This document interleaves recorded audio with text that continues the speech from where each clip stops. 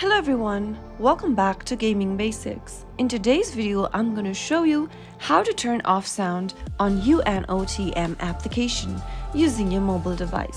If you want to turn off sound or music from your UNOTM application, here's how you can do it.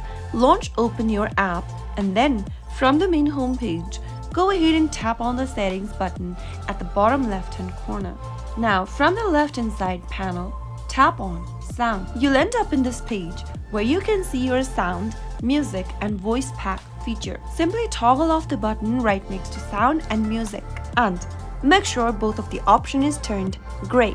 Soon after you do that, you'll be able to turn off sound effects on your UNOTM application. That is how it can be easily done. If you found the video to be helpful, go ahead and give us a thumbs up. Don't forget to subscribe to the channel by hitting the subscribe button.